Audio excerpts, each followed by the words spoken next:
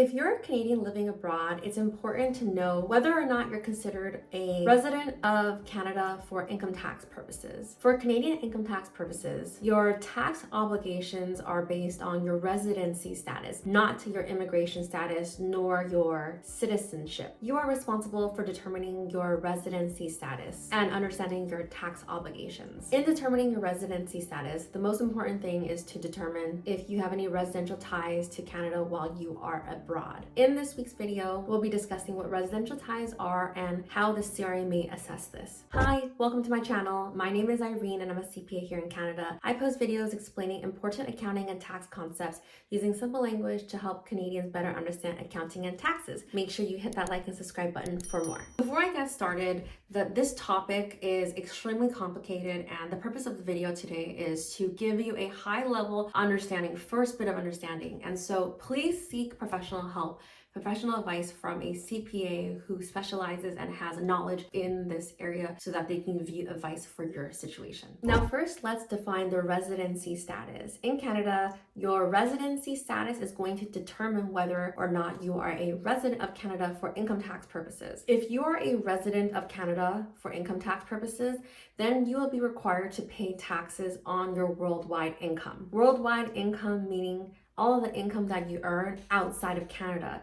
You would still have to report that within Canada and pay taxes on that. If you are a non-resident of Canada, then you will only need to pay tax on the income that you generate inside Canada. So how do you determine residency status? Residency status is determined based on whether an individual maintains any significant residential ties with Canada while they are abroad. Some of these factors that are taken into account is split into two sorts of categories. One category of residential ties is considered significant, and then the other ones are called secondary residential ties. I'll first talk about the significant residential ties first. So the first significant residential tie is dwelling place.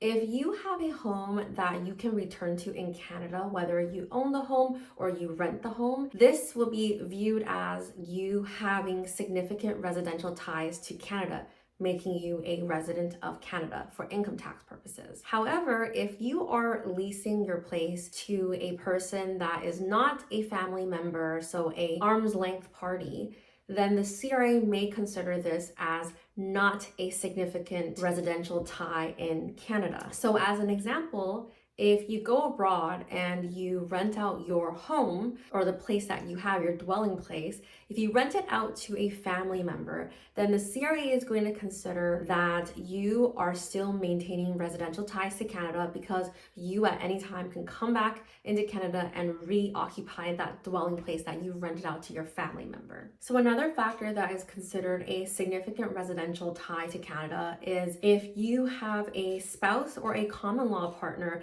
living in Canada while you are living abroad. So for example, if you are living abroad and you're married and your spouse continues to remain in Canada, the CRA will view this as you still maintaining significant residential ties to Canada, which would then mean that you are a resident of Canada for income tax purposes. Another factor that is a significant residential tie to Canada is if you have dependents that live in Canada, even though you're living abroad. So for example, you're living abroad and your kids, your children, they are living in Canada. The CRA will view this as you still maintaining significant residential ties to Canada, and therefore you be considered a resident of Canada for income tax purposes. So those three factors are considered significant residential ties to Canada. So the second set of factors to consider is what we call secondary residential ties. And so the way that the CRA assesses this is that they will look at your situation, and the more residential ties that you have to Canada, the stronger the position in which you would be determined to be a resident of Canada or non-resident of Canada. So the secondary residential ties will be collectively assessed with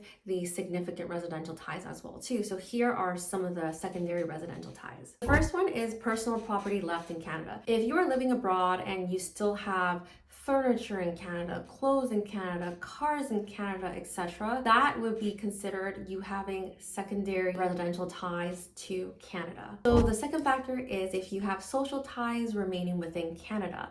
So if you are living abroad but you continue to have memberships in Canadian recreational organizations or religious organizations within Canada, then this would signal that you have secondary residential ties to Canada. Another factor is if you have economic ties with Canada. This means that if you are living abroad and you are working for a Canadian company, or if you are actively working in a Canadian business, or if you still use your Canadian bank account, your Canadian credit cards, your Canadian savings accounts, this will be considered and signaling that you have secondary ties still remaining within Canada. Other residential ties that the courts have used to assess the residency status could include the retention of a Canadian mailing address or Canadian PO box, local newspaper or magazine subscriptions in Canada, telephone listings. However, these residential ties, these secondary residential ties, are not as strong except when they are taken all together and assessed together with the rest of the residential ties for your circumstances. If an individual has not severed residential ties with Canada, but is physically absent from Canada for an extended period of time, the courts will focus on a term called ordinarily resident to determine the residency status while abroad. The following factors will be taken into consideration: temporary absence and residential ties. So first, let's get this very clear. Even if you spend a considerable time away and outside of Canada, the courts will only view this as a temporary absence from Canada and may still consider you a resident of Canada for income tax purposes if you maintain residential ties with Canada. And so what are these ties? It's if you have a dwelling, so you have a home, whether rented or owned, that you can return to in Canada. If your spouse or your common law partner is in Canada, if your kids are in Canada, and other items such as having a Canadian driver's license, Canadian bank account, etc., etc.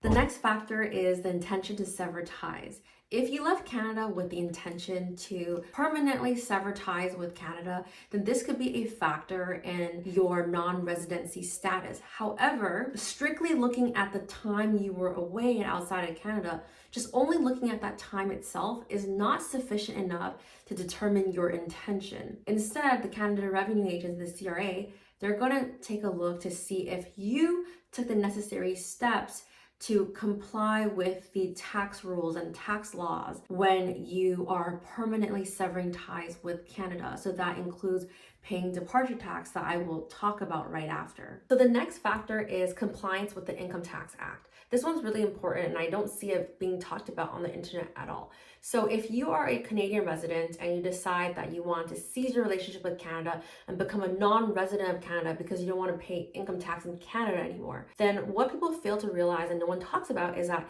if you own certain assets, you might have to pay departure tax when you make that change from a resident of Canada to a non-resident of Canada.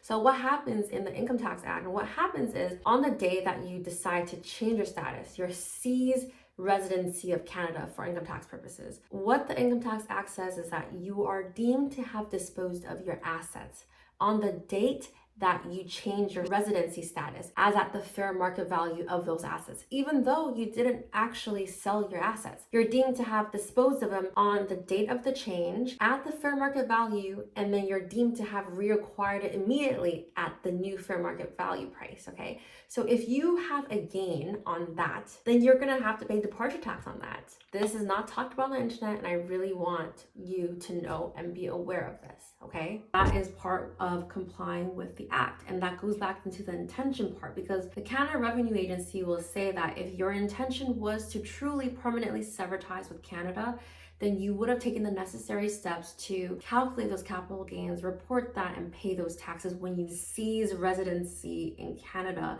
for income tax purposes. This topic is extremely complicated, and I highly suggest you consult with a CPA before you make any of these decisions, okay? Oftentimes when people are going through this transition, there is a bit of a planning period so that the taxpayer knows what tax obligations are going to arise from their decisions. Please consult with a CPA who specializes and knows about these information. Another factor is establishing residential ties elsewhere. So if you leave Canada and you establish residential ties to another place, like another country, etc., then that could be a factor in helping you with your non-residency status in Canada. But please note, you can have residential ties to 2 different countries, including Canada, but still be considered a resident of Canada for income tax purposes if you are maintaining residential ties with Canada, okay? So everything all boils back down to the significance of your residential ties with Canada, if they're maintained and whatnot. And there it is. I've highlighted some key points to know about this topic, but I did not cover everything. So in summary, when you are determining if you need to pay tax in Canada, it doesn't matter if you're physically in Canada or not. It really boils back down to whether or not you maintain significant residential ties with Canada or not, okay? And if you decide to make the move, then you have to be aware of the tax obligations that might result, such as like the departure tax and the deemed disposition of your assets when you decide to change your status, okay? Please consult with a CPA to get professional advice for your specific unique situation. Thank you so much for watching until the end of the video. Please let me know if you have any questions in the comment section below, and make sure you hit that like and subscribe button. Over here, YouTube thinks that you're really going to like this video, so I'll meet you there.